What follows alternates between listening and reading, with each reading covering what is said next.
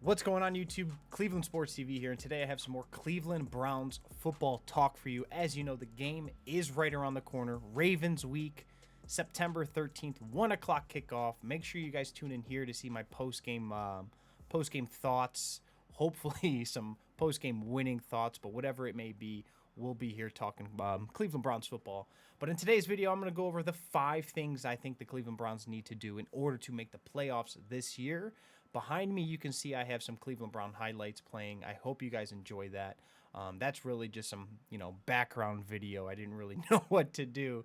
But yeah, like I said, let's get into it. 5 things the Cleveland Browns need to do to make the playoffs. Number 1 is I think we need to have one linebacking leader or one guy in that linebacking core who's really going to step up and kind of take on that Joe Schobert role. I do think the Browns are going to miss Joe Schobert this year, but I don't think it's I don't think we're doomed. We do have some guys who I think could step up and kind of play that leadership role, that, getting guys in the where they're, getting guys into the right spots and where they're supposed to be on defense. I really did like the signing of Malcolm Smith.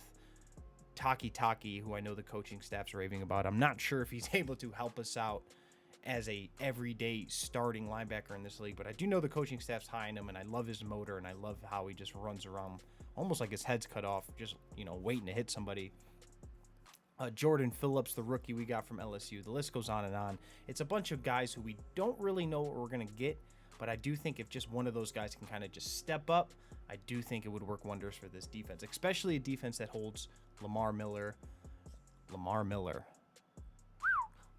Jackson, and the Baltimore Ravens. As far as QB spies are concerned, there's a bunch of good tight ends in this league, so I do think the linebacking position for the Browns is something that to keep an eye on, but I do think there are some names there of potential guys who could step up to the plate.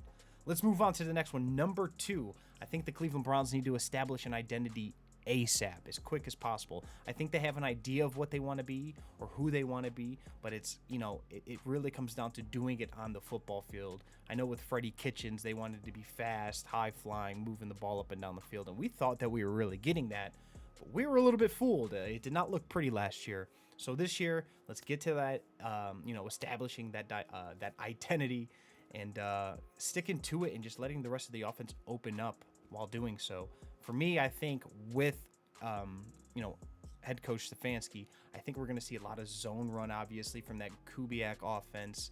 And I think with Kareem Hunt, with Nick Chubb, I think we'll be very, very successful with the zone run concept, as long as guys like Jay Conklin step up to the plate, who we went out and got in the offseason. Jedrick Wills can step up to the plate at that left tackle spot. I think we're pretty good in the interior, but if we can make that zone run, pounding the football, sort of action happening. You got Kareem Hunt, you got Nick Chubb in the backfield for at least the next few years. It should open up the rest of the offense. The play action game, the one-on-one coverages that we can see from Odell, Jarvis, Hooper. Run the football, open up the play action game. I think it'll just cause a trickle-down effect for an explosive offense this year. But fingers crossed on that. So yeah, that is number 2.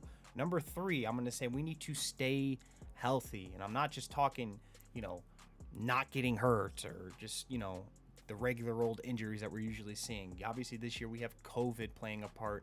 So players need to do a good job of not being selfish, looking out for one another, following protocols, doing what they need to do to stay on the field, because I do think, especially on the offensive side of the ball, if we can just stay on the field, stay healthy, the sky is the limit for us. So number 3, stay healthy, don't be selfish, protect each other, etc. You guys kind of get the point there.